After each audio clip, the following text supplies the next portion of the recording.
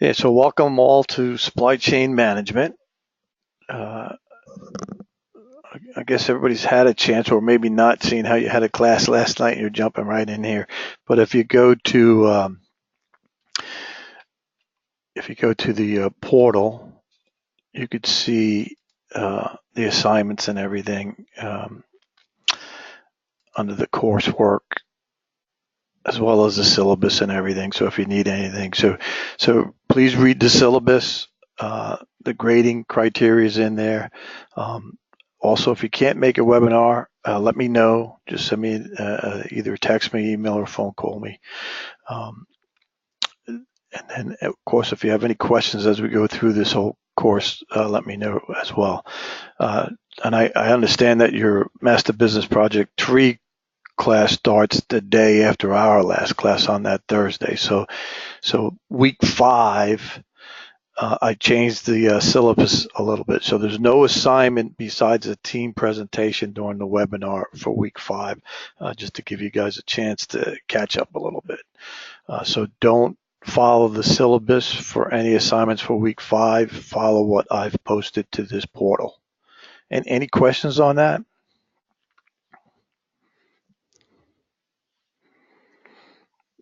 Okay, I'm going to assume that there's no questions there.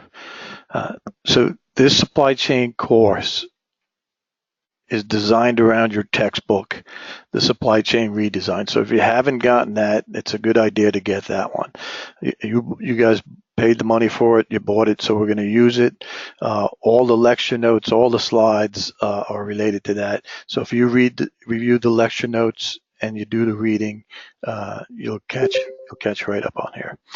Today's lesson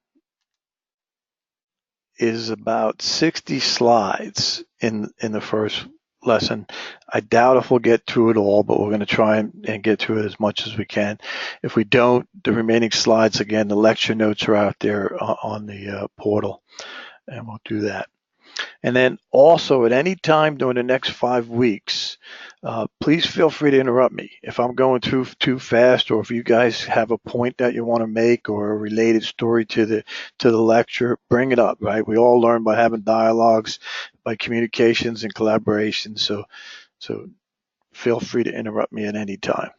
Are there any questions from anybody before we begin tonight's lecture? Somebody say yes or no. We're good to go? No, sir. We're good to I'm good, sir. All right, thanks. It's always good to get a little feedback. So we'll just jump right into supply chain management. So what we're going to talk about is the fundamentals of a optimized supply chain. We'll recognize the characteristics of a successful supply chain. We'll look at all the risk issues and challenges facing today's supply chains.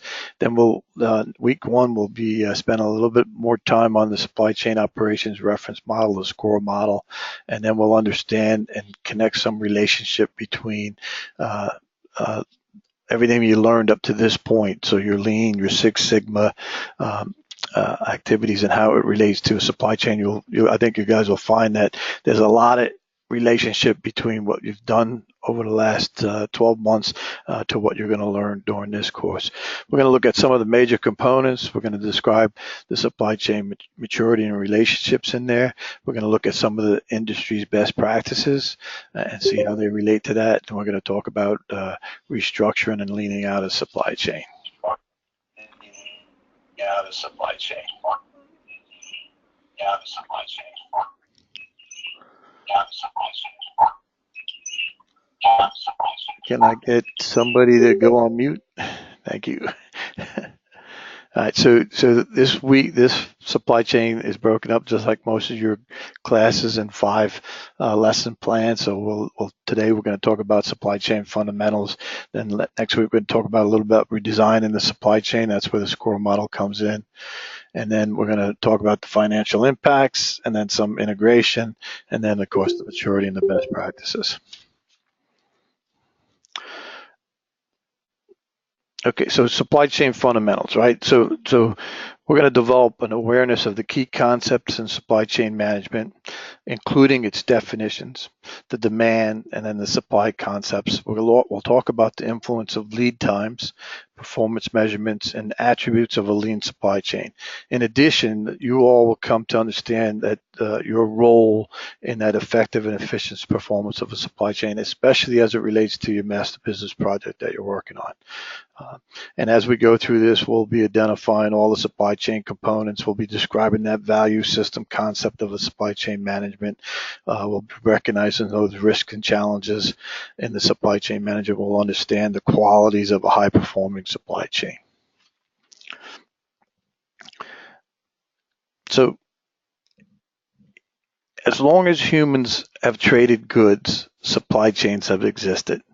But in the last 3 decades, companies have witnessed a period of change that's really been unparalleled in the history of the world in the terms of advances in technology, globalization, and stabilization of political economies, right? So with an increasing number of world-class domestic and foreign competitors, organizations have had to improve their internal and external processes rapidly in order to really stay competitive. So companies realize that just raising prices is no longer an option, and neither is increasing sales in a flat economy. So that really leaves one option. It's reducing the cost across your supply chain. And that's why when you read your textbook, especially on page 6, they talk about, hey, the company with the best supply chain wins. Supply chain management back is Logan. We're going to spend the next 5 weeks talking about that. Small, significant improvements in your supply chain can yield millions of dollars and billions of dollars depending on how large your organization is. And we'll talk about a lot of that as we go through. And so what's really improved the supply chain over the last 3 decades is technology, right? And so I'm just going to go real quickly through this supply chain timeline. But, before the computers dominated industries, we always had supply chains, right? You did pre-order points from reorder quantity type manufacturing and inventory management, and reorder point is just a level of inventory that triggers an action to replenish a particular inventory stock. But then came the Toyota manufacturing programs and the material requirements planning. The MRP was developed, and that was right around the mid-60s, early 60s, right? So the first North American company to use MRP was Black & Decker, right? And then by 1980, there was just literally thousands of companies that implemented a materials requirement planning system, a production planning, scheduling, inventory type control systems. And then as that matured, we went into the material resource planning too, right? And that brought in all your master scheduling, your rough cut capacity planning, and by the end of that, there was a large software industry that sold, almost $1.2 billion worth of MRP software in the 80s. And today it's still that way. We know with the SAPs and everything of the world, right? And then it started incorporating your sales and operation planning, right? And those are other concepts that were added to your MRP to get that integrated business management process, right?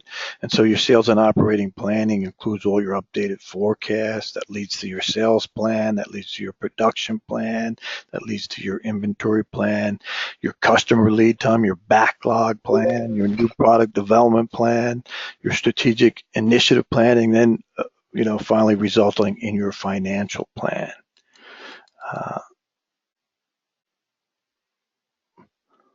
Okay, I guess somebody sent me a message, but and then we added just in time. You guys learned about that as you went through this course, right? It's just another concept added that's really a production strategy. It strives to improve that business return on investment by reducing all that in-process inventory and those associated carrying costs with it. And so just in time, as you guys learned, was an operations management approach which was originated in Japan in the 1950s.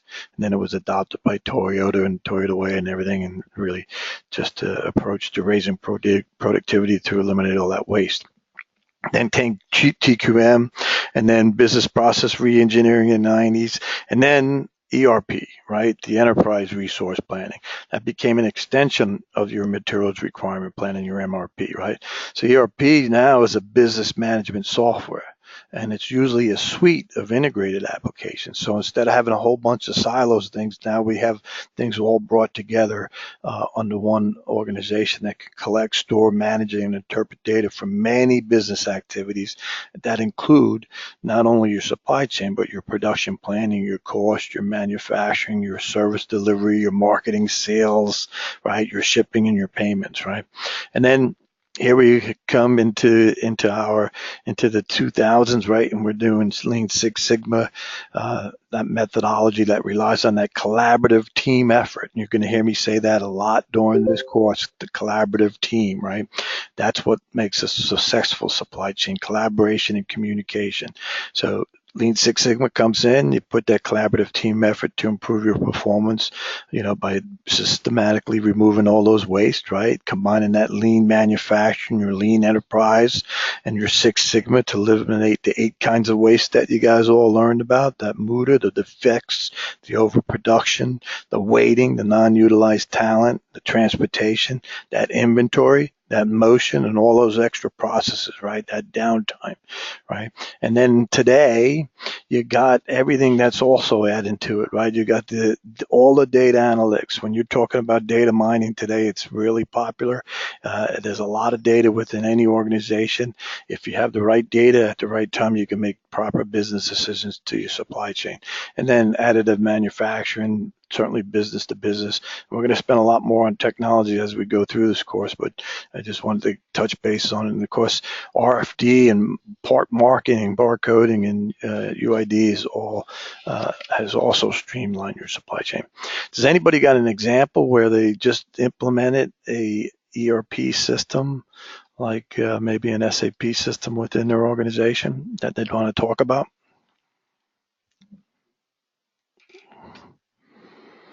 For our company at UTC, we've used SAP as far as I can remember, and it's just one of those things that it lets you see traceability not only for location, but everything that's been issued to a particular product line, or even just the product itself. Yep. So I'm feel pretty familiar with UTC and their implementation of their ERP. And like you said, it's been in place for well over a decade now. And that system at UTC is a fully integrated ERP.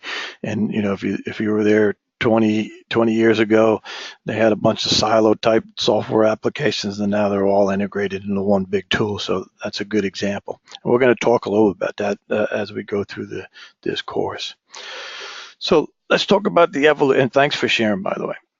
And let's talk about the evolution of supply chain management, right? So companies went from holding really large inventories, utilizing a push manufacturing process, to holding less inventory, to just-in-time inventory, to some companies, and we'll talk about some of them, to eliminating inventory altogether and utilizing like a lean pull manufacturing process. So one of the quickest and easiest ways to improve working capital is to reduce your inventory. Inventory and work in process, your WIP, is not making money. It's just tying up your cash until you sell and deliver your product. And so technology was and continues to be the key enabler there, right? And just because I mentioned a couple of terms, I'll talk about some definitions real quick. So the business definition of a push system is a production control and planning system in which demand is predicted centrally by each workstation as it pushes work out without really considering if the next workstation is ready for it. So it's sort of like the old Ford production line where they the cars just kept moving down the line whether they were ready or not, right? So while that central control aspect of a push system can achieve a balance across workstations, in practice, a particular station can suffer from any one number of problems that delays workflow, right? If they're not ready for that push to come there. So that could affect the entire system, and you get that backlog, and then you could actually stop the line, right? But push systems are characterized by really work in progress inventories. It's that line, and there's idle time on there. And then the business definition of a pull system is a production plan and control system in which the specification and pace of that output of a delivery or supplier workstation is set by the receiving person, the customer, or the next workstation in line.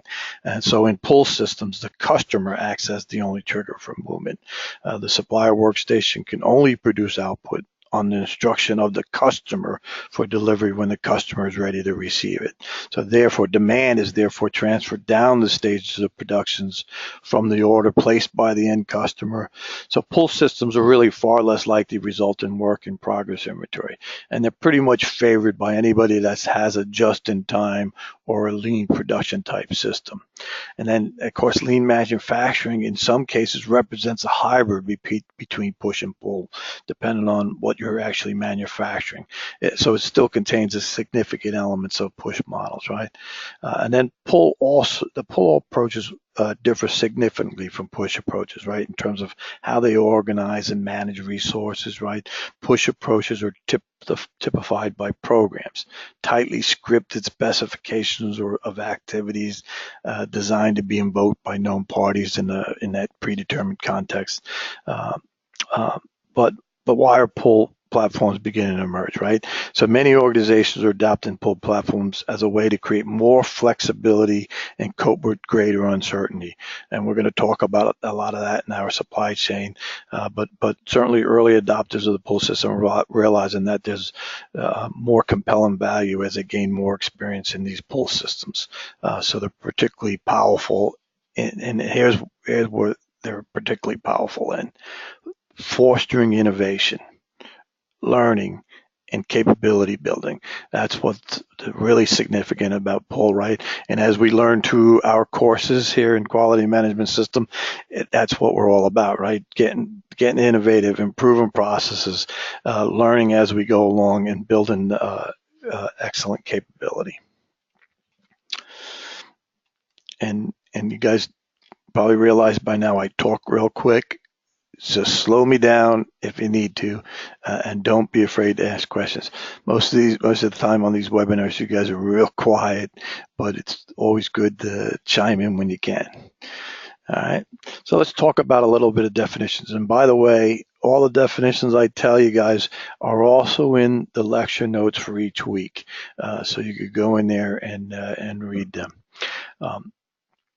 So supply chain. What's a supply chain, right? So really a supply chain is just a systems of organizations, people, technology, activities, information, and resources involved in moving a product or a service. Remember that, because some of you guys are going to say your master business project doesn't have a product, but it probably has a service.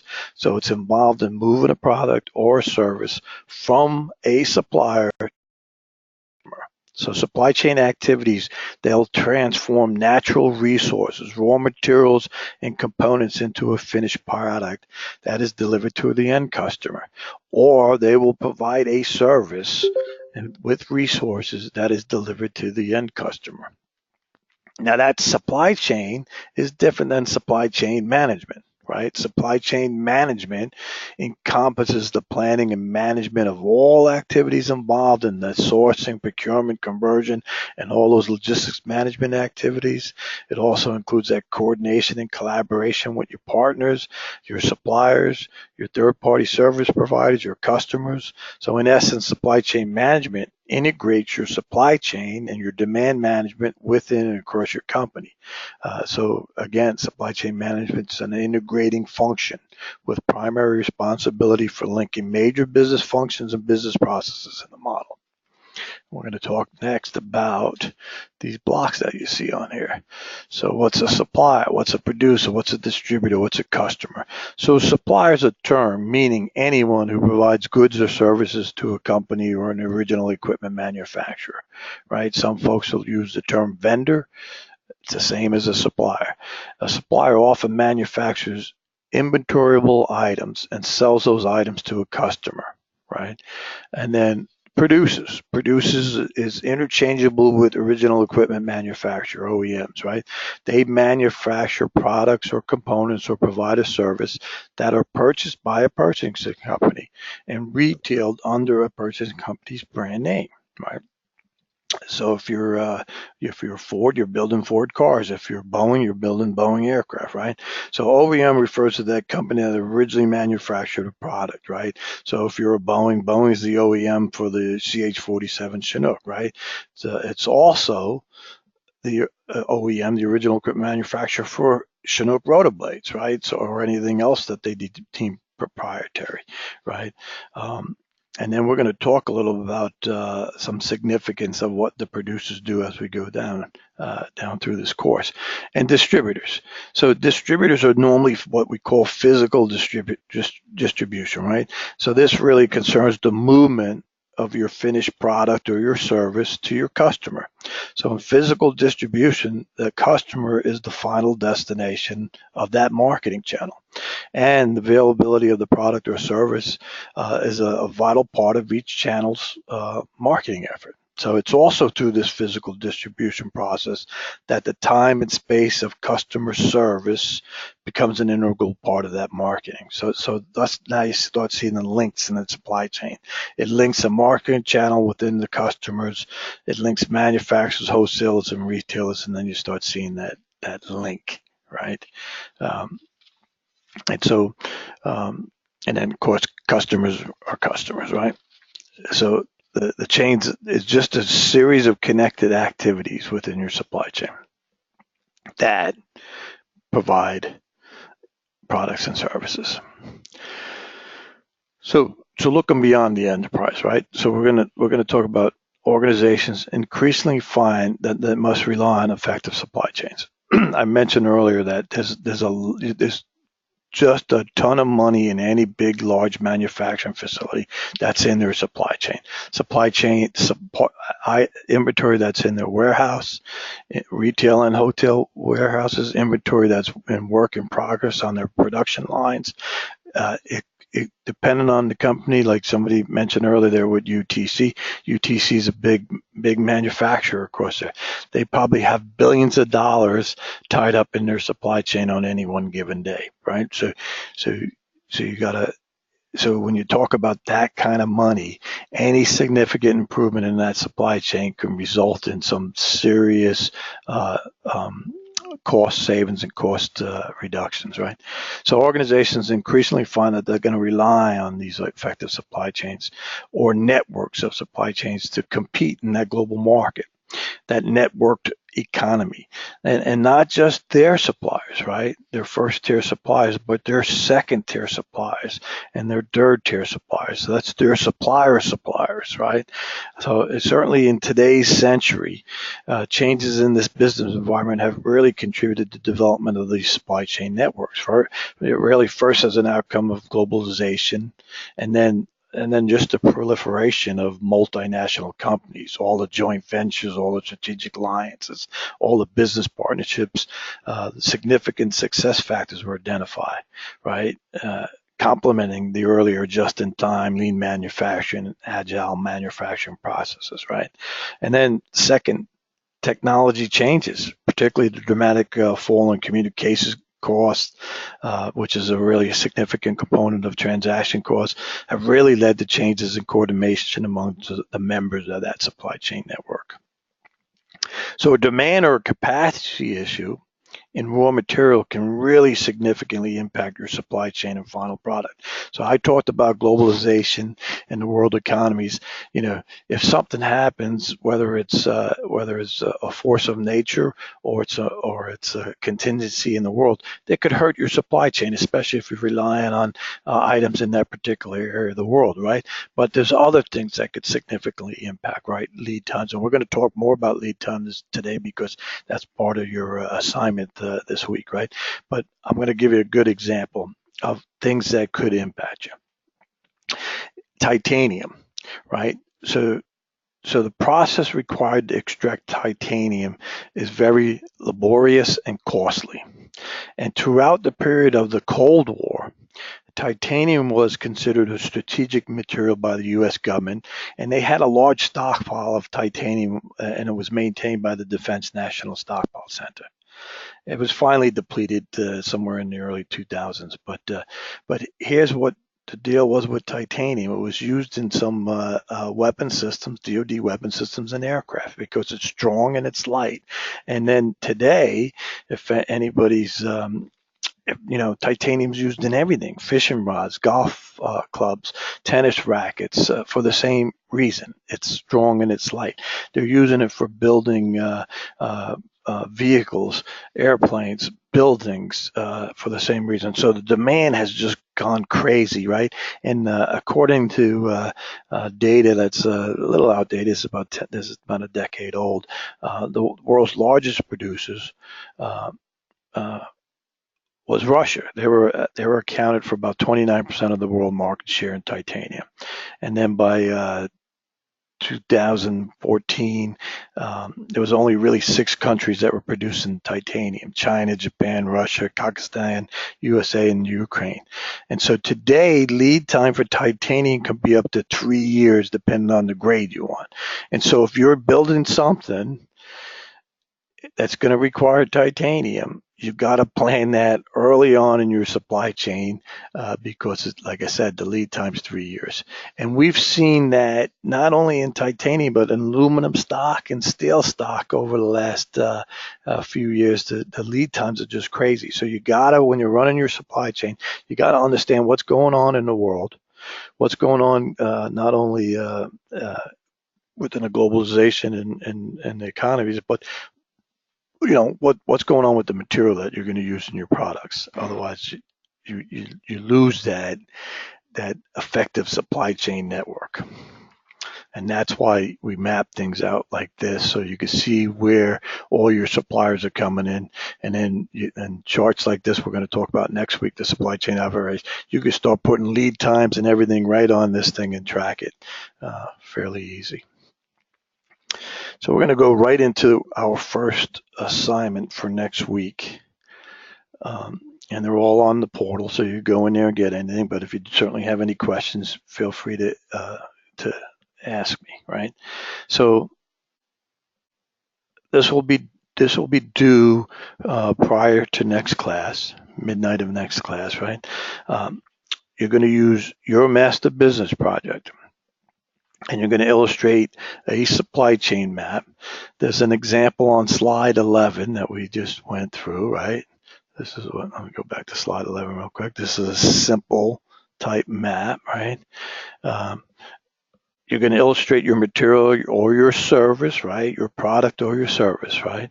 And if you have trouble trying to figure out what that is, certainly give me a call and I'll look at your master business project and help you, right? But here's some hints. So you might want to write this down. Hint number 1, start with your end customer and work backwards, right? Use your SIPOC, right? You guys all created a SIPOC, right? Confirmation there? Yes, sir. All right. And you guys all created a value stream map for your master business project, right? So use your SIPOC, use your value stream map that you developed, and then consider the people, the software, the equipment, and the service that's in those things, right? And that's hint number 2, right? So hint number 1, start with your end customer, work backwards, just like what you did with your SIPOC. Hint number 2, use your SIPOC, use your value stream map. Hint number 3, we're going to learn about the supply chain operations reference model, scroll model in lesson 2. But if you read ahead, this will help you learn how to map your supply chain and understand the connections between quality management and supply chain. And then once you do that, take a look at your map, list 2 or 3 challenges or risks that face this product or service that you're providing, and then examine that map, show any disconnects or opportunities for improvements, which you probably already did by this time within your master business project. And then the format could just be a Microsoft PowerPoint. And then somebody from the team will load that presentation to the portal, right? So again, use your SIPOC you develop, right? Consider the people, the software, the equipment, how that factors in it, right? And remember why you used the SIPOC to begin with. The SIPOC identified your suppliers, your inputs, your process, your outputs, your customers. It's a diagram tool, just like a map in the first place, right? So it helped your team identify all your relevant elements of your process improvement project, and then start with the end customer. So one emphasis of your supply side block was to put the customer needs in the forefront, right? E.g., the process information is filled in starting with the customer and working upstream to the supplier. So that's really the same as how you want to do your supply chain map, right? Who supplies inputs to the process, what specifications are placed on the inputs, who are the true customers of the process, what are the requirements, right? And then of course, usually that SIPOC diagram is typically employed at the measure phase of that Six Sigma DMAIC, right? Your define, measure, analyze, improve, and control methodology.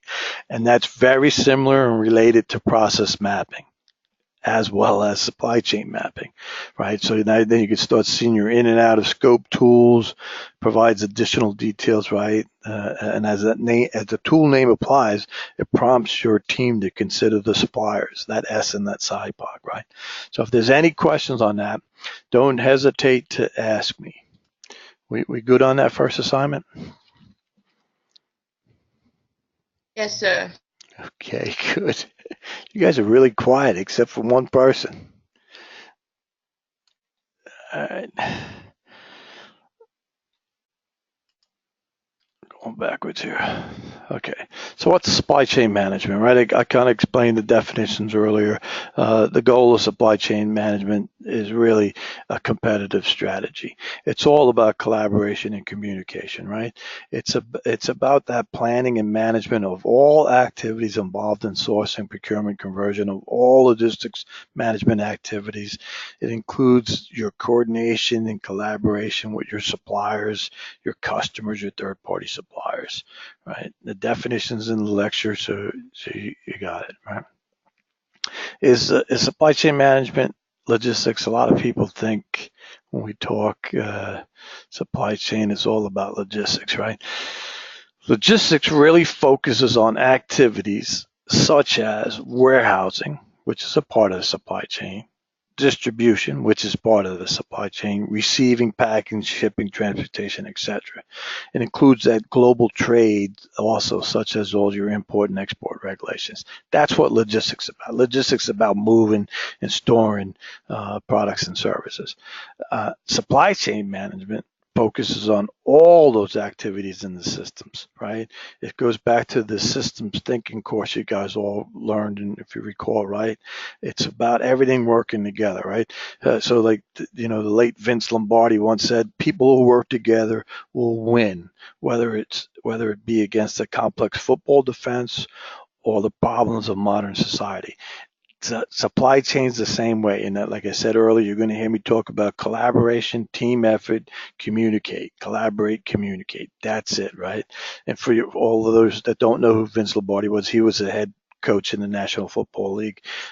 His concern was winning football games, but his teamwork philosophy could easily apply to any organization or team, right? The aim is to leverage the collective thinking of employees to improve and adapt the way business is conducted. So unless all learn from one another and apply lessons learned across the businesses, all will fail to make the necessary improvements to stay competitive. That's what supply chain's all about. Oops, sorry. So here's the textbook definition of supply chain management: the design, plan, execution of control.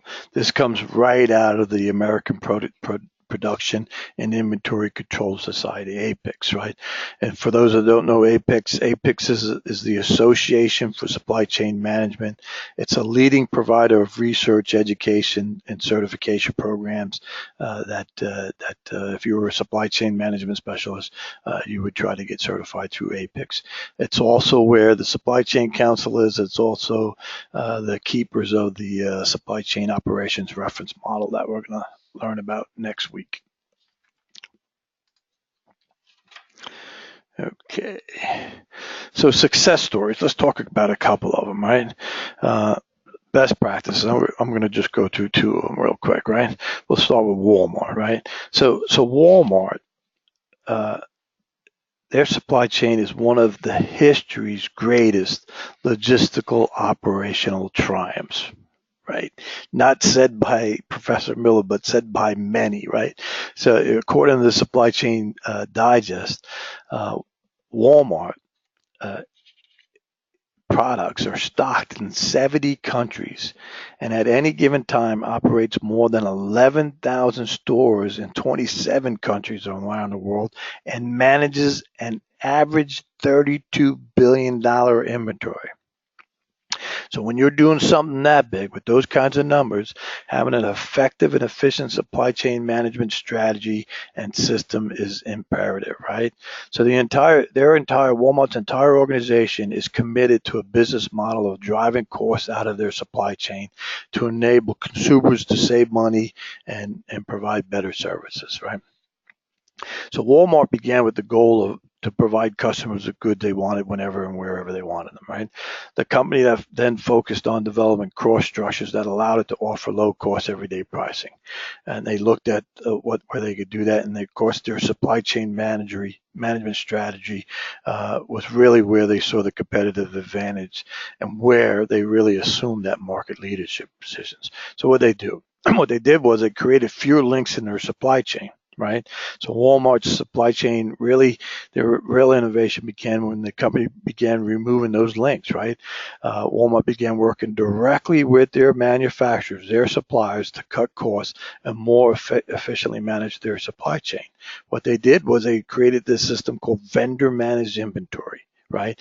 That's where their suppliers became responsible for managing their products in Walmart's warehouse. And as a result, Walmart was able to expect close to 100% order fulfillment on merchandise because their suppliers were managing it.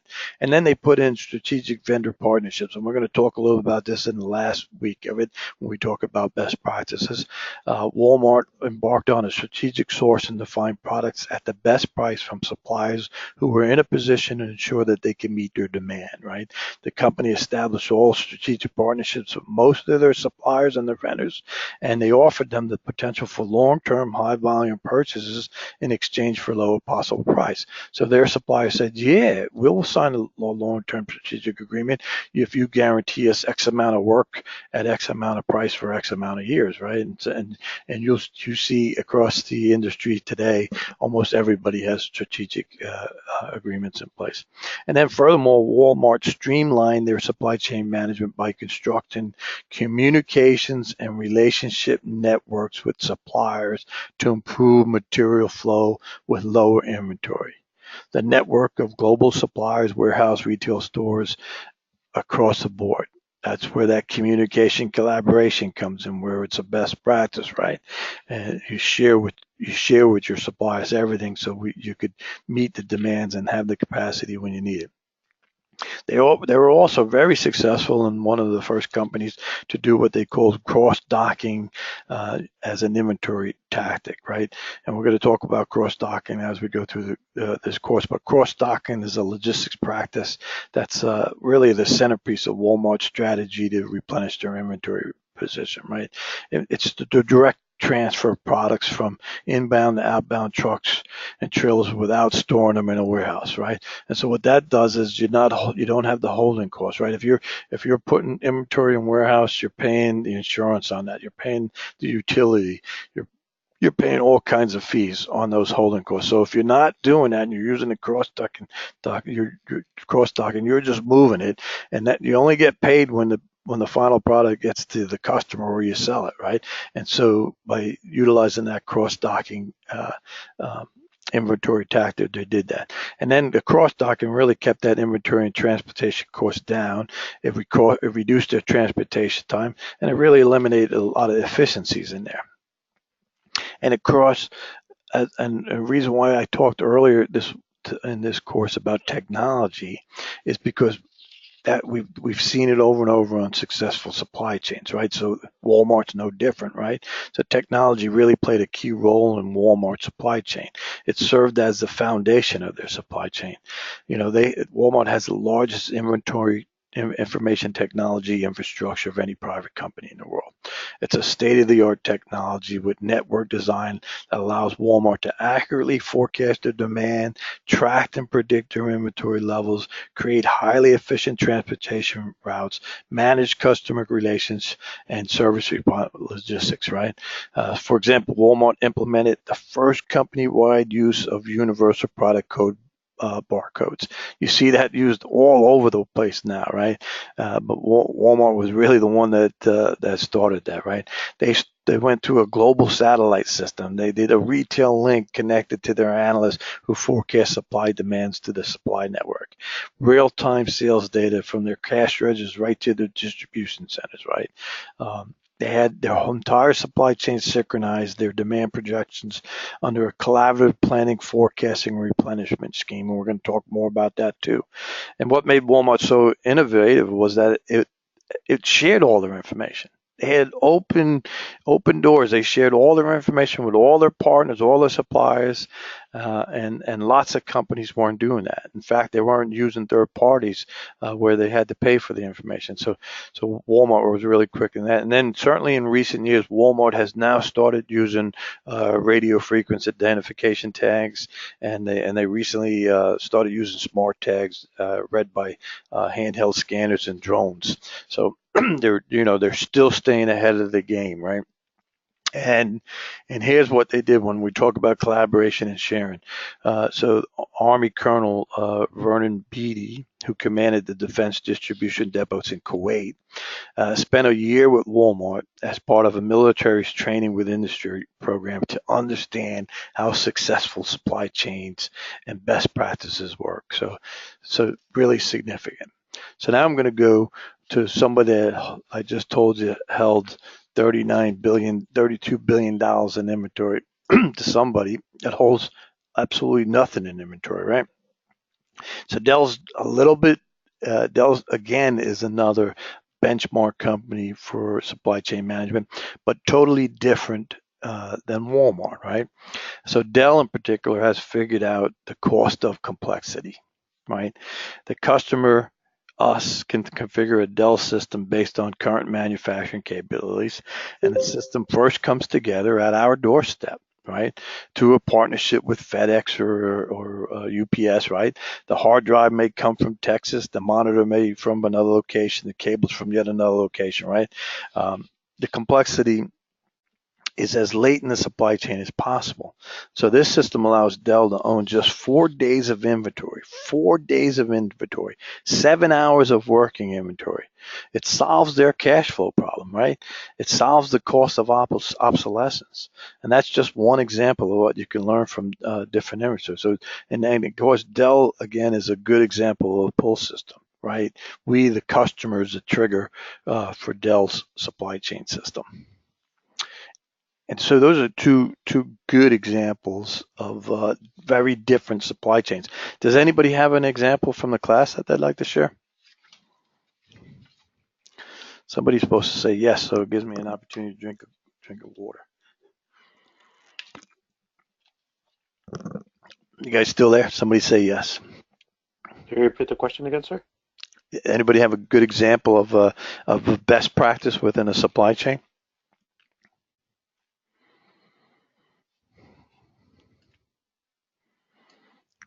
Okay, we'll move on.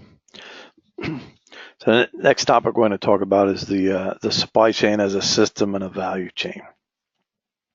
We got some in-class assignments, but we're probably not going to do this. But some of the challenges in supply chains, I'll just share with you real quickly.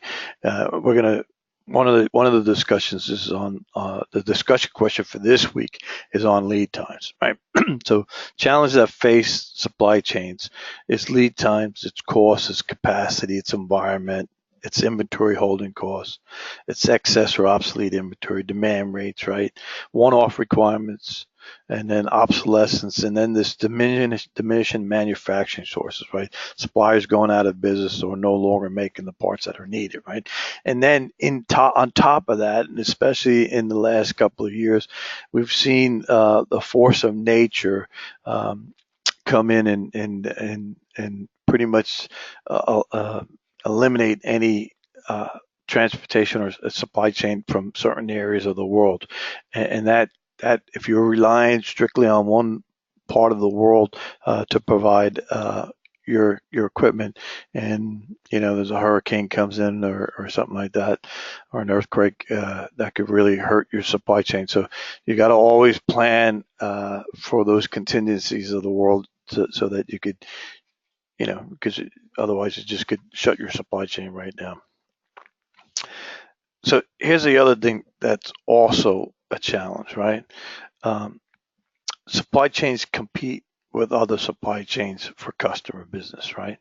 So, for example, in the aerospace business, the manufacturers, the producers, the OEMs, they'll share the same suppliers, right? They'll sometimes share the same producers and the same distributors, right? Titanium is the example I used earlier is a good example. It's used in almost every aircraft today, and so Lockheed Martin is sharing the same distributors as with Boeing, with Sikorsky, with Bell Helicopters and others, right? So that's the same thing. And then there's many similar products that do the same thing, right? So your electronics, your computers, your cell phones, your TVs, your MP3 players, or your household appliances, they're all using the same components manufactured by the same suppliers, right? And so customers were really going to decide based on cost, the quality, the availability, the lead time, the delivery time, or the reliability, or the brand name, or the flexibility within it, because supply chains constantly compete with other supply chains for their customers' business, and you need to understand that. So what are the drivers for a supply chain, right? So certainly global competition is causing increasing customer demand, right? Getting products to customers when, where, and how, and in the quantity and quality that they want in a cost-effective manner constitutes a challenge, right? The effects of September 11, 2001 have made global market environment even more volatile because of all the changes that have occurred in the import and export laws. And so again, a challenge, right? And then the emergence and acceptance of cooperation within interorganization, right? And we're going to spend some time talking about that. That's out, and that's in week 3. We're going to talk about make or buy decisions, insourcing and outsourcing, and the best practices of those, right?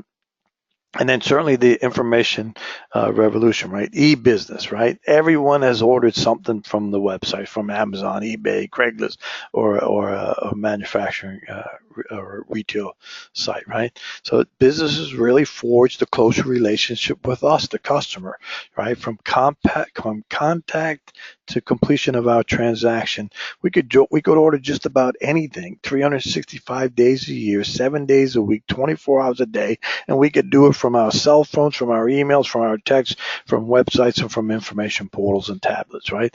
So that information revolution has really changed how the supply chain operates. Any questions so far? I know I'm covering a lot. I'm trying to get through as much of these 60 slides as I can. Not at the moment, sir. Okay. So there's certainly problems within the supply chain, right? So if you recall your system thinking course, a supply chain is really a system where any one element of that system that fails can have real dire consequences on the entire supply chain. Remember, I said it's a bunch of links linked together. It's integrated links. So anything that, right? And it goes back to that thing. So you got to make sure you have the right metrics. So supply chains, and again, if you're not doing collaboration and communication, or it's ineffective, you're going to hurt your supply chain. So this is just a sample right out of the book that the author talks about, but there's certainly a lot more. So the first assignment where you're doing a supply chain map was a team assignment. This is your second assignment for this week.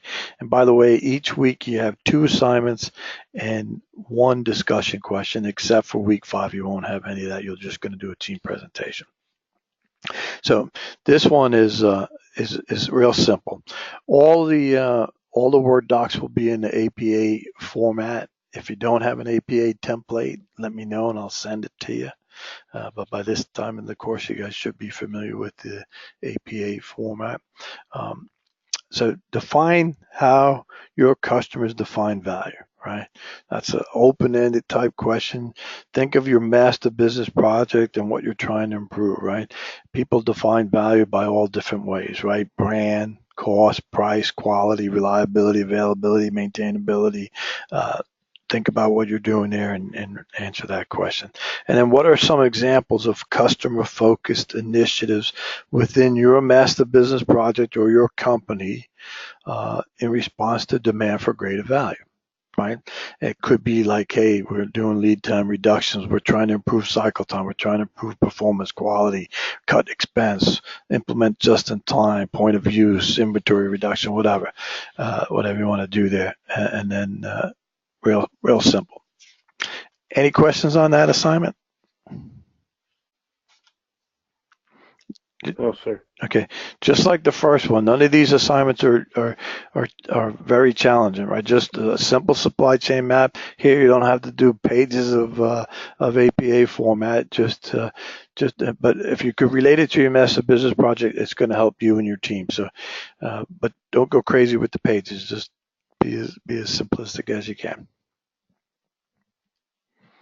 All right. So supply chain relationships, right? So again, communication and collaboration, right? So suppliers want to be treated as business partners, right? Your suppliers, they want to understand the critical elements and they want to have a voice in how the process should work, right? Some of your suppliers are going to be smarter than you. Why would you not want to collaborate and communicate with them? And so supplier management and relationship is key, especially in large companies that may have thousands of suppliers. I work for a large aerospace manufacturer.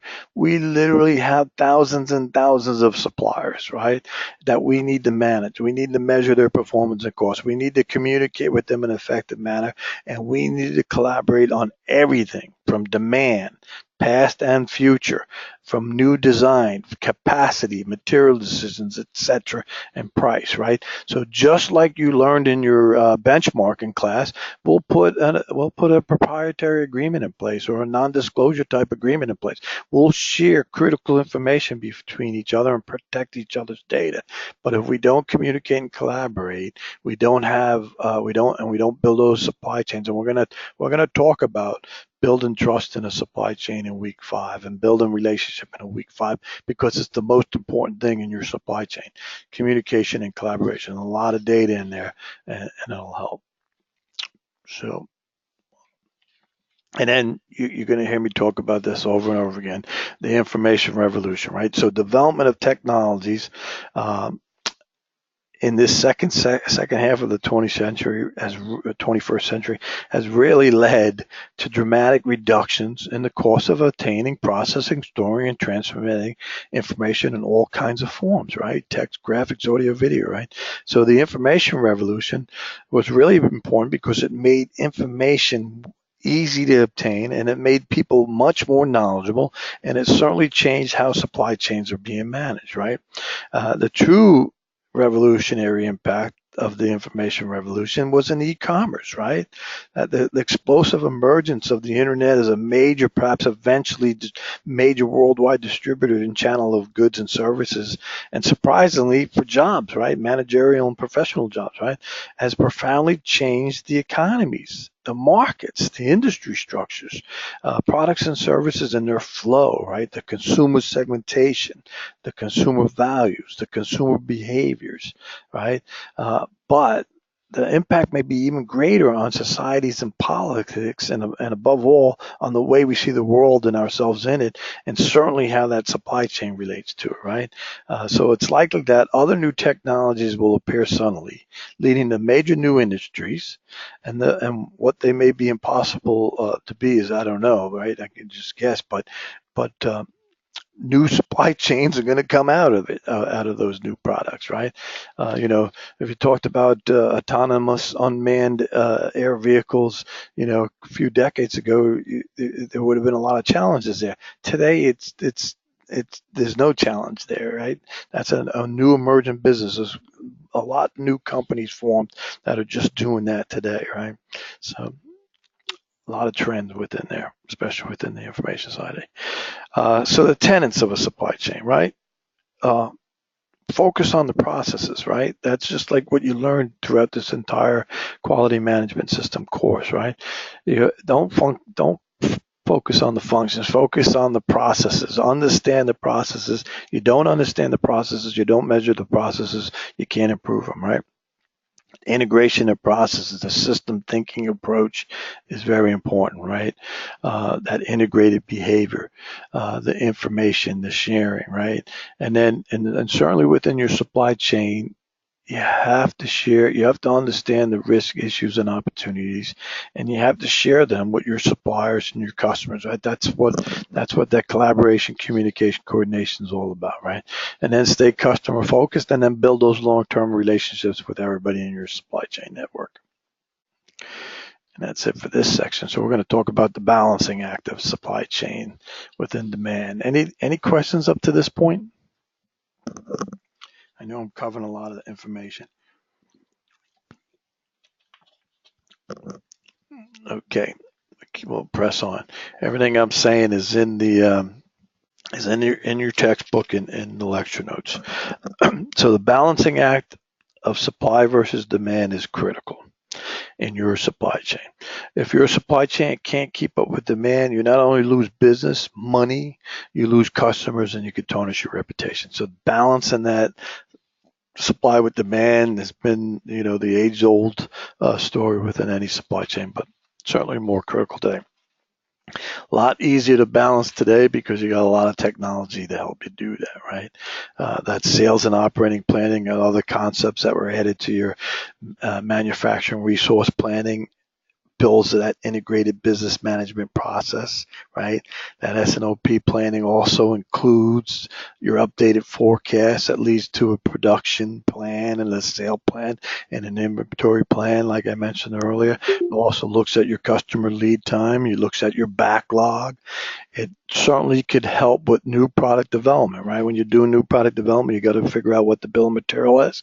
You got to figure out what the suppliers are going to provide to that thing, and you can put all that together, and then you could build that strategic initiative plan and then result in your overall financial plan. So we're going to talk more about this next week when we go through the supply chain operations reference model. So the flow of demand always starts with the customer, and that's what this arrow on this chart represents, right? If the customer's not demanding a product, then you don't have a product. So just understand the demand within a supply chain actually always starts with the customer. So predicting demands and forecasts, right? So demand forecasting is really predicting future demand for your product. In other words, it refers to the prediction of probable demand for a product or service on the basis of usually past events, history, and then prevailing trends that are going to occur in the present, right? So we always say in the demand forecasting world, historical data works best.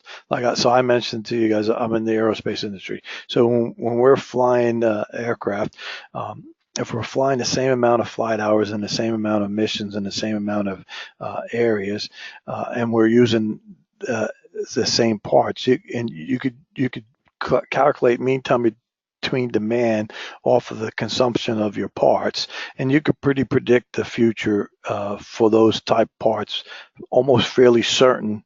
Of course, there's always going to be one-off demands, but for high failure items and consumable items that are used frequently, history is probably the best predictor of the future.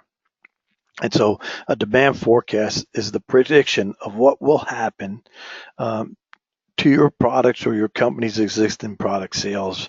It would be best to determine the demand forecast using like a multifunctional approach, right? So the inputs from sales and marketing, finance and production should be considered in your supply chain. The final demand forecast is the consensus of all participating managers. You may also want to put up your sales and operating planning group, right? And of course, technology has produced many great demand forecasting, modeling, and simulation tools that are available out there. And some of them have a lot of parameters and they require a lot of data, but certainly a useful tool, right? So during during lesson 2, we're going to spend a lot more time talking about the flow of the supply chain. But like I said, the flow always starts with the customer, but your product and service is going to start. We're going to talk about make to order, make to work, build to print, build to order, engineer to order, but most of it all starts with a purchase order, a bill of material that's sourced by your suppliers. Then you got your manufacturing orders, and then that flow of that product or service to your end customer.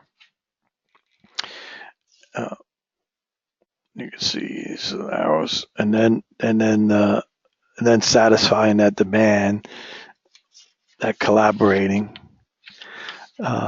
is now going into a more focused area. So you're trying to share as much data up front within that flow as possible, so you can replenish. And it's important too today with suppliers merging and all that, capacity issues and whatnot. You really need to understand that, right? And then today in the modern world, right, we're looking at just a nice, smooth, even flow of activities through that. So here's really where we go with the product flow, right? And again, we're talking about raw material components and assemblies, but you could relate this to services as well, right? So you're gonna rely on your suppliers for all those parts, whether it's raw material components or assemblies or end items. You're gonna build, assemble. You're gonna have new items. You're gonna have repair items. You're gonna have warranty items. We're gonna talk a lot more about that type of activity next week.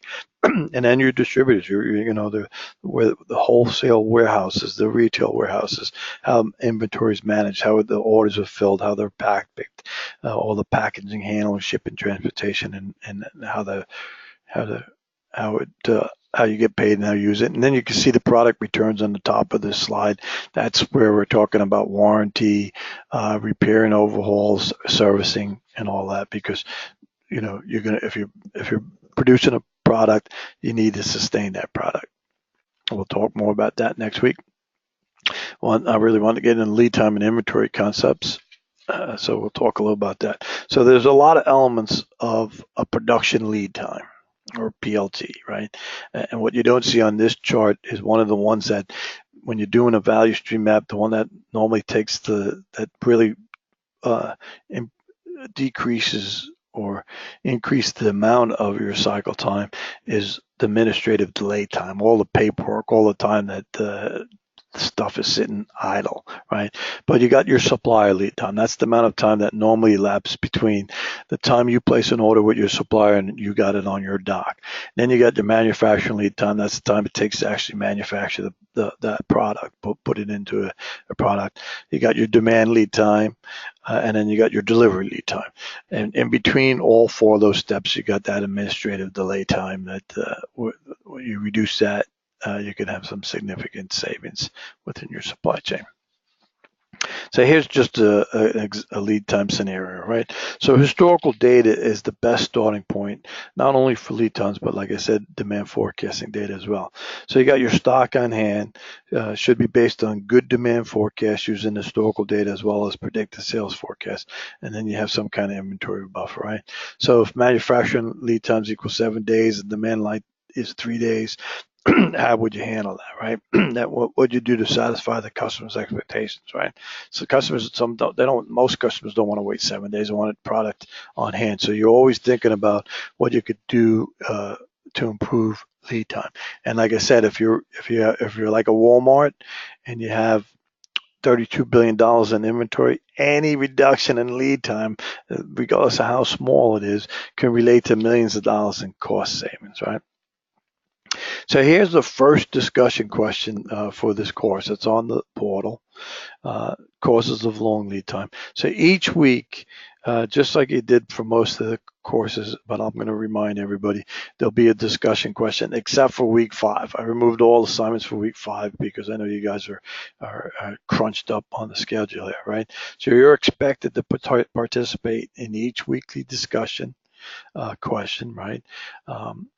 You're going to post your findings to what the question is.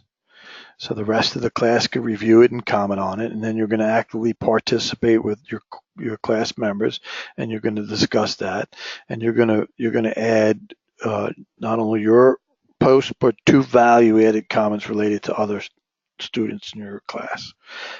So here's what it, right? We're going to talk about what are some causes of lead time. So give examples either from your master business project or what you've seen in your organization. Could be anything, right? Capacity, material availability, inefficient processes, poor forecast, price variations, transportation issues, right? And are there any that seem systematic, right? Are they generic to all organization? What's the root cause of these, right? And then what are some lead time reduction strategies that you might have been looking at and how successful was? Like I talked about demand forecasting based on history. That helps to reduce lead time because now you know that you need and you could order it ahead of lead time. Any questions on the discussion questions?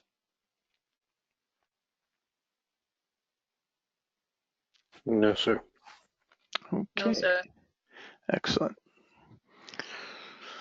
Do a quick time check here. 9:06. Okay. All right.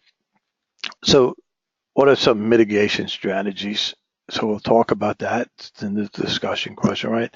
So I talked earlier tonight about strategic agreements, supplier agreements, and collaboration. If you want to improve lead time, understand the capacity of your suppliers, understand and lock in, right? What's good about a strategic agreement that was Walmart's best practice that's now pretty much an inventory industry standard is that they put long-term strategic agreements in place with their suppliers. And in that strategic agreement, they locked in on lead time. They said, hey, I'm going to order 100 widgets from you each month, and I expect it to be delivered in this amount of time.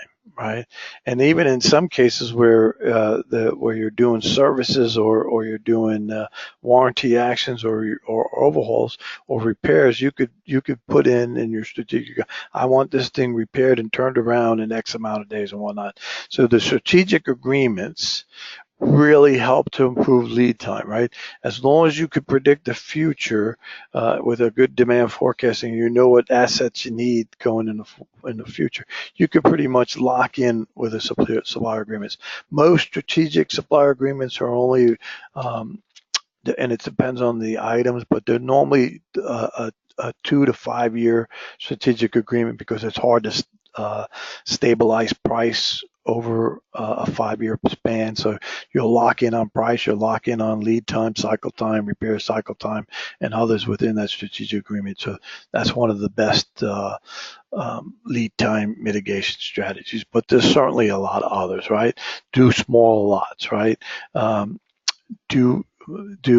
Streamline make sure you have a good process, make sure you have great practical demand, make sure that you have inventory, right? Like, the thing that we all say in supply chain is don't hold inventory. In some cases, if you have a lead time problem, like titanium, for example, well, you better stockpile a little bit of inventory for when you need it, right? Hold those buffers, have those buffers, or what some people call safety stock. And so why have inventory, right? You can't accurately predict your forecast, right? There's a lot of critical one-off demands that it's hard to predict that you're going to need assets for, so you'll hold inventory for when you need them. Titanium again, right?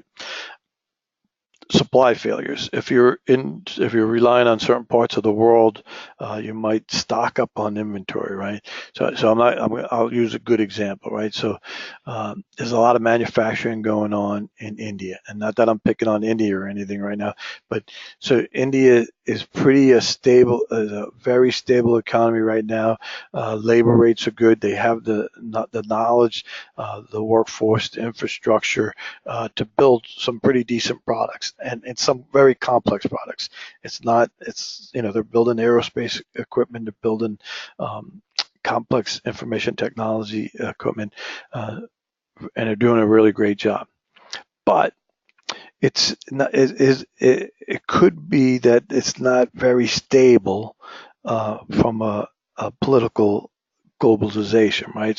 If anybody's paying attention, India, they're building their defense up very strong. They've had this, forever kind of contingency with Pakistan, their neighboring country, and so if you're going to strictly rely solely on a product, then you better have a backup plan or hold inventory in case there's a contingency.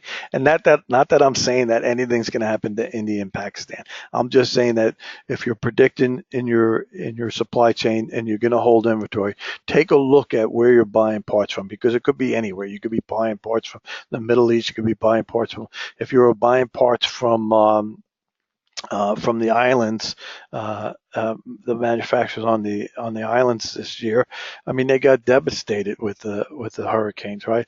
And so if you didn't have inventory on hand, and you didn't have enough backup source, you could hurt your production line. So look at all of that. Look at what's going on in the world when you're sitting up there, and that's why you'll hold inventory, because there's going to be all kinds of supply chain failures. If United Truckers went on strike tomorrow, you'd have supplier failure. So you'd have to consider that, right? So that's the transport failures, right?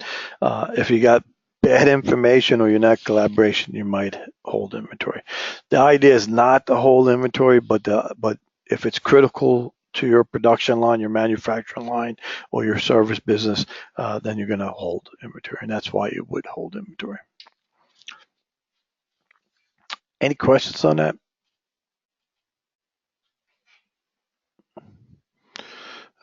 Question. Sure. So what if you have like a third party supplier, or second party, like we're military, we have civilian vendors. So how do you determine, or do you do a search on their supplier, who they do business with, or is it something that might be readily available if they want to share that information with you? Yeah. So what we'll do is, so I'm retired military, so I'm kind of very knowledgeable in military supply chains, and of course I'm working I work in the defense contractor type business today. So what I would do, what I have done, is I build relationships with all my first tier suppliers, and then we value stream out the entire supply chain network for any big defense type contract. And so what you'll do is you'll have all the second, third tier, fourth tier suppliers in there, right down to the raw material. Because what you don't realize is that, and we'll collaborate with our suppliers, our first tier suppliers, and we want that data. And that we don't only want what they're manufacturing, we want their lead time, we want their capacity, we want their cycle times. We want to know what kind of tooling they got placed. We want to know where they're at, right? What kind of location they got. Did they lean out their factories? We go in there and we pull a lot of data, right? Because when you value stream and map out the supply chain, especially on particular items, a lot of times it's the third, fourth tier suppliers that's causing a large lead time. And I'll use a good example, so I'm glad you brought this up. So a major weapon system. They're making gearboxes for this weapon system. So the gearboxes were coming in with a lead time of over a year. It was like 380-day cycle time on gearboxes, and nobody could understand. So we value stream mapped the gearbox out, right?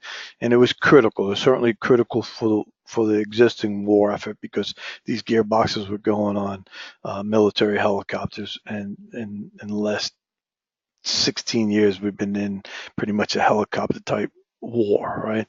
And so when we looked at it, it was a lower level third tier type supplier that had the biggest backlog, and that manufacturer was just making the housings. castings for the housing of the transmission.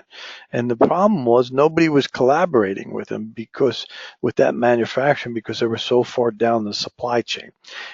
And so what the problem with that, he never knew when anybody needed housings. So he'd get a call and then say, hey, we need a dozen housings, and then 6-7 months later, hey, we need 30 housings, and then 5 months later, hey, I need another 30. And then end of the year, hey, I need 100. Well, he didn't plan for that because, for years you're only ordering 6, 7, 8, 10, then now or you're ordering a lot. And so he didn't have the raw material on hand. He didn't have the tooling on hand. He didn't have the manufacturing resources, the bodies to make them, right? And so simple solution. We just funded them, said, hey, go make 100 housings and keep them on stock at all time. So when we have demand, you got them, right? And so you really want to understand what your second, third, fourth tier suppliers are doing. So that's a great question, especially when it's a critical component of the DoD activities. Did that answer your question? Yes, sir. Thank you. I know I told you a whole big story, but I can't just answer questions as things. Good, but a good question. Yeah. How you doing, sir? Yes. This is Jay. Me and Judith are on the same team, and I'm also military maintenance, aircraft maintenance. And the supply problem that we're having, usually a weapon system, we have a supply chain and all the parts to the aircraft are within our supply chain. But we've got these new C-130s and the vendors control all the parts. And they made maybe 2 or 3 extra parts, but all the C-130s, we've probably got about 30 of them in our supply. And they're all breaking for the same part. So we don't even have the backup parts because the vendors didn't make extra for each aircraft. And also each region usually had a warehouse that served that region, but now they're going to this centralized thing where you've got one warehouse that serves everybody. And we're having a real difficult time getting parts. Yeah, so that's a common issue on a lot of weapon systems. So it's certainly not unique to the C-130, right? What happens is we're doing when within the contracting officers, the XOs, the KOs, they're doing all kinds of crazy thing with suppliers, defense contractors, right? And so, if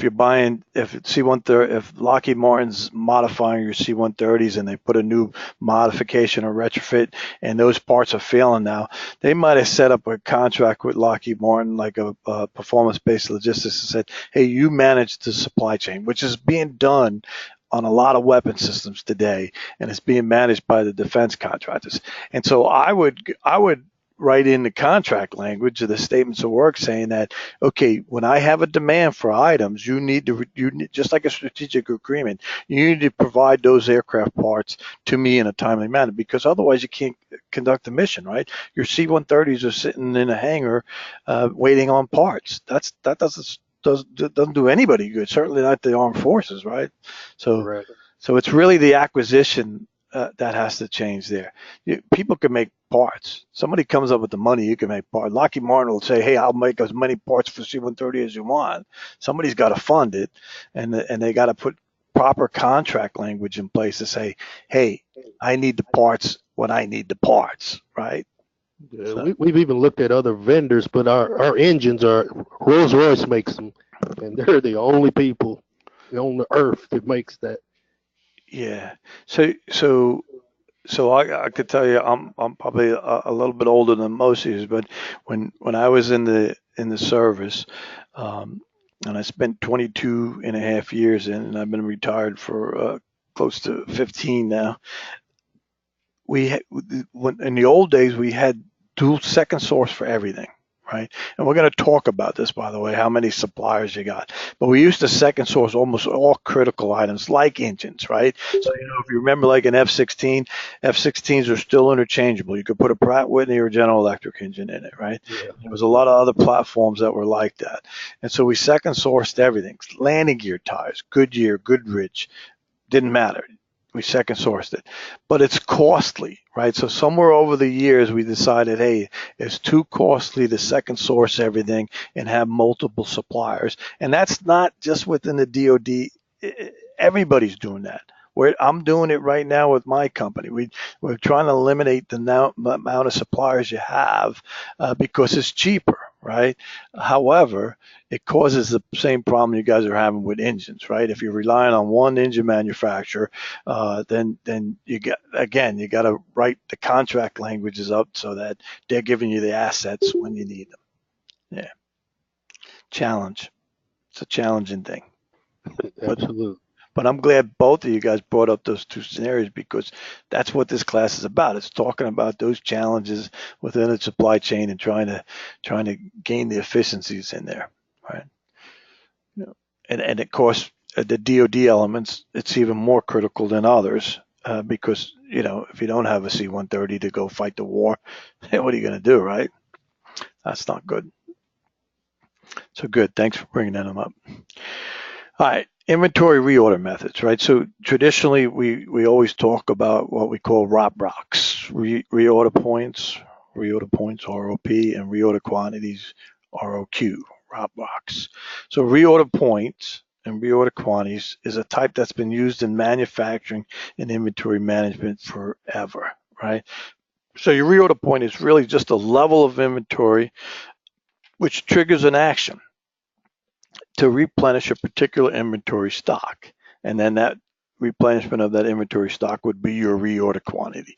So basically it says, okay, I have 10 widgets on the shelf, and when I get to 5, that's my reorder point at 5, and my reorder quantity is going to be 5 more so that I always sustain 10 because that's what my demand forecasting tool said. So here's a good example with aircraft engines, and I'll use that.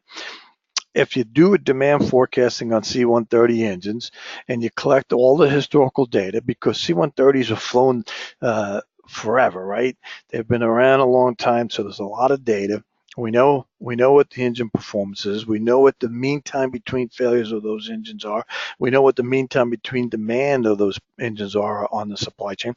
Every part that's on that engine, we know what the demand is. Every part that gets overhauled, you know what the demand is. So you could really establish a really good inventory reorder method for aircraft engines for the C-130, the Rolls-Royce engine. The problem is we don't do that. We don't do that within the Air Force. We don't do that within the Navy, the Marine Corps, or the Army on their engines. But if you did that, you could sit there and say, okay, I know I need for my squadron, I need 10 engines. And when I'm down 5, I need to reorder 5 more so that I always have 10 to support my flight operations. And so to me, that's a very simple thing. Making sure that you have the right parts for the amount of flying hours that you want to fly, for the amount of aircraft that's in your squadron, is a lot easier than trying to figure out how many gallons of milk I need to stock on my shelf at my grocery store, because you have that data. It's just that we don't use it the way we should use it. So that's just my point on inventory reorder methods. All right, so inventory strategies, same thing, right? Place your inventory at the most appropriate location where you need it. Put it where you need it and just what you need, right? Because storage and handling costs for inventory is very expensive, especially when because we're on top of Rolls-Royce engines. Rolls-Royce engines, if I had to store aircraft engines, fighter aircraft engines are about $8 to $10 million a piece. Chinook engines are about $4 or $5 million a piece. I'm going to guess C-130 engines are several million dollars a piece as well, right? If I'm going to store them, I'm certainly going to have insurance on them. I'm certainly going to have them in a great warehouse. I might even have to have environmental considerations in that warehouse, right? So it's going to cost me to hold that inventory. So I'm going to hold just the right amount of inventory that I want and need, right? And so that's the inventory strategy you want. Hold exactly what you need. Don't hold any more. And then where do you place your inventory? What's the best suitable place to put your inventory? You know, it should be like use the Walmart approach. Put it as far back in the supply chain as possible, right? Let your suppliers manage it as long as it's available for when you need it. Any questions on inventory strategies? Yeah, it was just listening to the inventory strategy you was talking about. I'm also a fighter guy. I came up at 15s and 16s. Now I'm working the 130s. I know with the fighters, we had a called spare line. We kept 20 to 30 engines on there.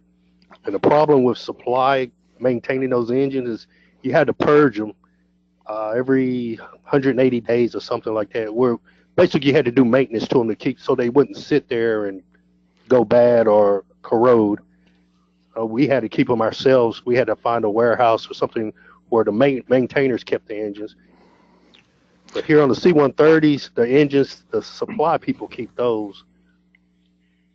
Yeah. So I was a fighter guy. So it was good, and I was the equipment maintenance branch officer. So the engine shop was mine, right? And so I always had engines in there, but those engines again went against your units O&S dollars, your maintenance dollars, and so the same strategy applies. You want to hold just the bare minimum, right? So in an F-16 or F-15 squadron, depending on the timing and where you were, you either had 12 or 18 aircraft that were primary assigned, and so you knew how many engines you needed, and that you kept the bare minimum in there because it drove costs. And the same thing, they had to be sustained, right? Those engines just didn't just sit there in that engine shop. Those engine guys had to work on them and keep them purged, as you said, for the same thing. There's a lot of things like that within the supply chain, right? So if you think about fighters and C-130s, right? There's environmental considerations, right? All those antennas that are hung on those aircraft have a sealant on it, right? B1.5, B2, B3, B4 sealants. Well, that sealant has to be refrigerated, right? And so you have all those environmental considerations, and then there's a shelf life on that stuff, right? There's a million items within the C-130 bill of material and an F-15 or an F-16 that has a shelf life. The sales of package, so you got to sustain that and throw it away or replenish it, right? So there's a lot of inventory strategy that needs to take place when you're looking at items like that, and it's just not there. Just think of a supermarket. If anybody ever volunteered at a food bank. And I just did this recently when I was visiting St. Louis. I went there only because I'm always interested in supply chain, and the supply chain guys were volunteering at a food bank. I said, "Oh, it'd be neat to see this thing," and so we unloaded 12 tractor trailers full of frozen goods that were getting close to their shelf life and redistributing to needy families, but that's just think of the amount of supply chain strategy that has to be taking place in all the supermarkets and grocery stores around the world to make sure that they're looking at the expiration dates on all that and cycling their product. Very time consuming, probably very costly. So if you set up a good strategy, again, you could make some significant efficiency gains within your supply chain. All right. So we'll talk about S&OP again, a little sales and operating planning. The goal of any supply chain is the synchronization, right? It's just like with any process, right? If you think about the supply chain in the same way you think about everything you learned in quality management system, everything's the same, right? It's all related, right? It's an integrated process with synchronization. You're trying to eliminate waste. You're trying to improve efficiencies and reduce cycle times and improve quality and get rid of all the waste within it. So it synchronizes up the same way. Certainly, Sales and operating planning within a supply chain is the key, right? That's where all the dollars are tied up into it. So again, communication and collaboration is the key there. Understanding what your suppliers and your suppliers are doing, tie it all to your business plan, link it all within your supply chain, and you'll be good to go, right? So the plan's used really to operate your business, right? You should. Here's a thing that always amazes me in any organization is you build plans and then you put them on the shelf, right? You collect data and you don't look at it, right? So when you're doing a demand forecast and you're collecting that data, you look at your demands at least monthly. You make adjustments to your parameters at least monthly, right? You understand where your processes are, where your inventories are, what you have work in process, what's in transportation, what's en route, what's on hand, right? Understand where you're at, right? Understand the cost of that supply chain, right? And then that allows you to make informed decisions on it, right? Go back to the engines again for the Rolls-Royce engine on the supply. If I knew how many engines I need to operate my number of C-130s, I would be looking at that monthly and saying, okay, here's what I need right? Here's the parts I need. Here's the resources I need. And then you should always run an ad, so you got your what we call strategic and tactical. So you run your strategic plans. They're long term, 12 months to 5 years. Tactical is the day-to-day execution operation. Tactically, every day, you want to look at your data, right? You want to review it at a minimum monthly and make adjustments, right? And then you can have a successful supply chain and a successful sales and operating plan, right? Sales and operating planning meetings, right? They're really formal reviews, right? You want to look at them. You want to see where your service levels are, your sources, your supplies, your inventory pipelines, your lead times, your cycle times, any safety stock you got, where your production is. Look at your demand and your supply, and then and look at your metrics and go through that. I'm going through this quickly because I want to leave some time for questions here. Measuring supply chain performance. Just like you learned in every class you took in quality management system, if you don't measure it, it's not going to get improved, right? And so there's standards for supply chain metrics, and we're going to talk about them next week when we go into the supply chain operations reference model. We're going to talk about the best practices, the benchmarks, right? But the metrics, they're going to provide an understanding of the health of your supply chain. They're going to help you to make the right decisions and influence the behaviors of your supply chain. What doesn't get measured doesn't get improved, right? And so, why measure? Same thing I just said. If it doesn't get measured, it doesn't get improved, right? You're going to improve your customer service. You're going to drive process improvements. You're going to measure your process. You're going to be able to make better decisions because you got the data on hand, the facts and the figures to make those decisions, right? And you're going to drive accountability and everything else within using metrics, right? And then the attributes, right?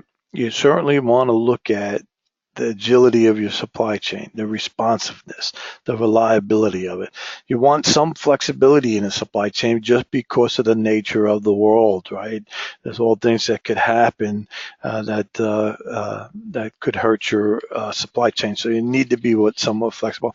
We didn't talk a lot about asset management and item management today, but the guys in the armed forces in this class and the guys that work in the DoD inventory, every part's assigned an item manager. So there's an item manager for C-130 engines out there somewhere, and that's his sole function is asset management. He or she is supposed to know where every C-130 Rolls-Royce engine is in the world for that DoD component that he or she's managing.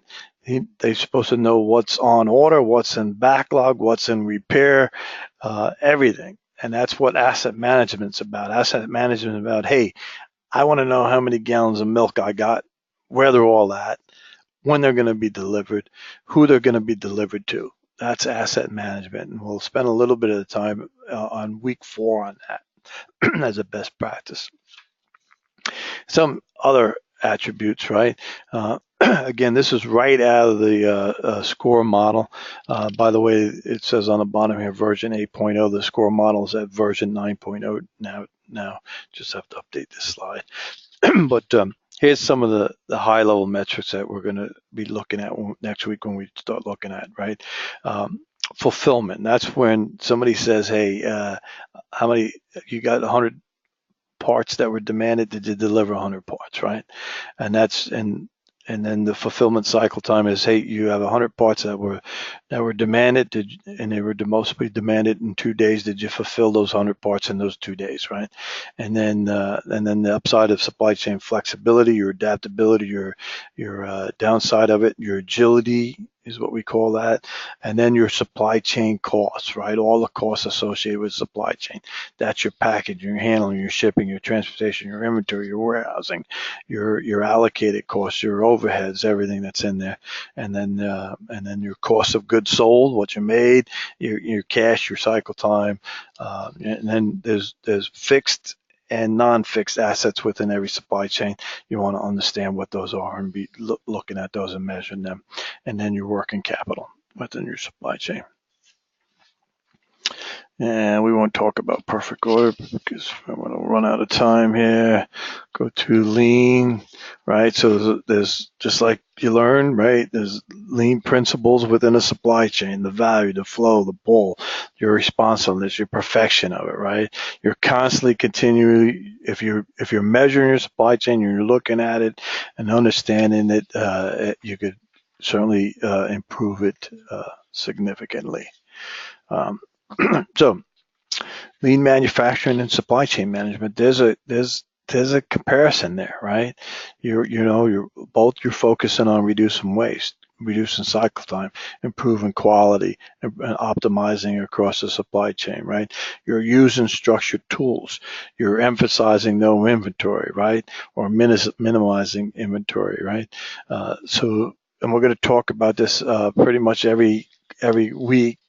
The connection between what we learned in quality management system and the attributes of a lean supply chain, right? So you're going to improve your demand management, you're going to reduce your waste, improve your cost reduction, get some significant cost savings. You're going to standardize your tools and processes. You're going to look at best practices. You're going to benchmark where it makes sense. You're going to adopt industry standards where it's going to make sense. You can do a lot of collaboration and communication across your supply chain network. And you're going to be a change agent, right? You're going to look at what the value is of a supply chain and make the necessary things to do that.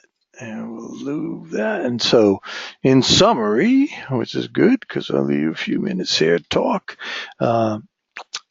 Supply chains, they're just gigantic networks all integrated together that's used to deliver a product or a service from raw materials to your end customer.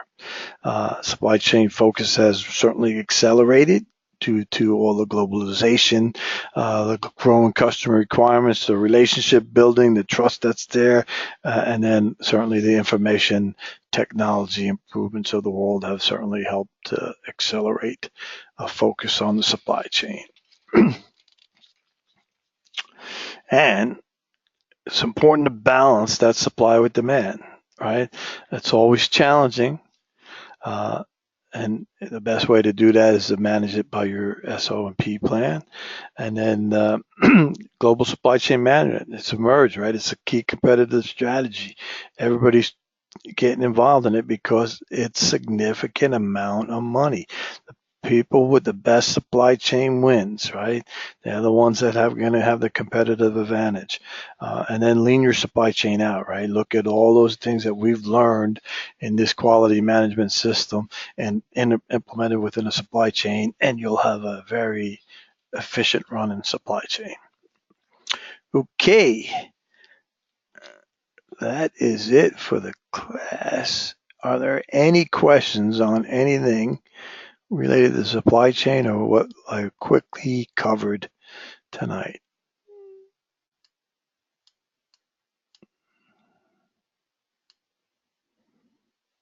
No, sir. Not for me. Okay. Not really a question, but I'm actually glad that this is one of the classes because I've always thought of supply management or chain management as just logistics as you started off with, and now I actually see a lot more of the interconnectivity that it does with a lot of the other things and how it functions. So it's pretty cool to see. Great. Yeah, it's good. That's the whole purpose of really doing this. Sometimes I think it's in the wrong section of the quality management system courses, but we've looked at this over the years, but it probably makes sense to do this at the last one. But if we did it one of the first courses, it might help you guys in your master business project because then you could focus on some of the areas. But That's exactly what I was just thinking of. We should have had this course probably 2 or 3 classes earlier than what we got it now. yeah, Agreed. Because our MVP is most of our problem is with the supply chain. 'Cause we have a parts issue. yeah, yep. Yeah, like I said, you fix the supply chain, you can fix a lot of things, and there's a lot of cost in a supply chain. So, all right, well, we'll help you with your master business project, and then in the short five weeks we got, and then you guys will be in your master business project 3, and then on to graduation, which is great. So, congratulations on that. Anything else from anybody? All right, I'm gonna stay on the line here. So if you want to talk, I'll be here. If you don't, you guys have a great evening. Any questions on any of the assignments or the reading or anything, please do not hesitate to email me, call me, text me. You guys got all my information. If I don't get, if I'm not there, leave a message. I'll certainly get back with you. All right. You guys have a great evening. Good night. Good night, sir. Good night. Night, sir.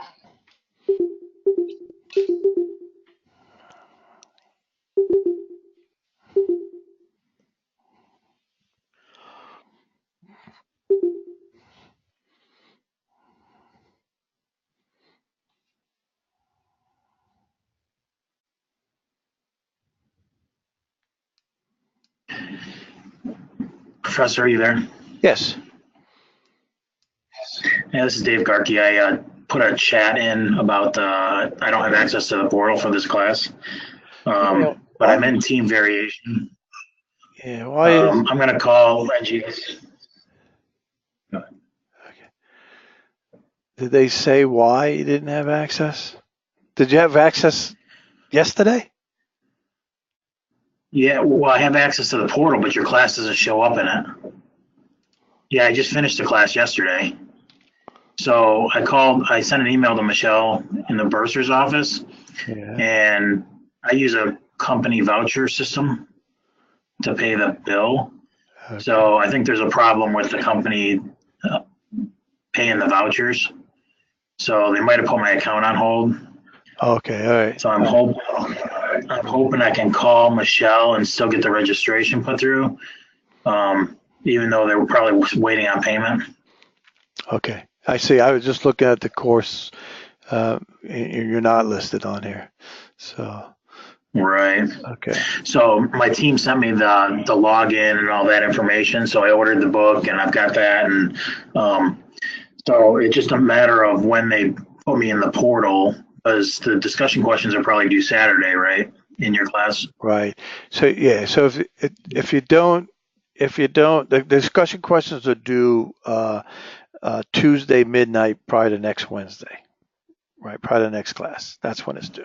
Okay. Right. So you got time, but don't go crazy. Right. If we'll work around that. Right. If they don't give you access to the portal until next Wednesday, then don't worry about it. You won't lose points over that. That's out of your control. Yeah. All right, I appreciate that. I will call them in the morning and I'll get it all sorted out. All right, David. Good luck with that. Let me know if I can help you out any there. Will do. I appreciate it. All right. Thank you. All right. Bye. Bye.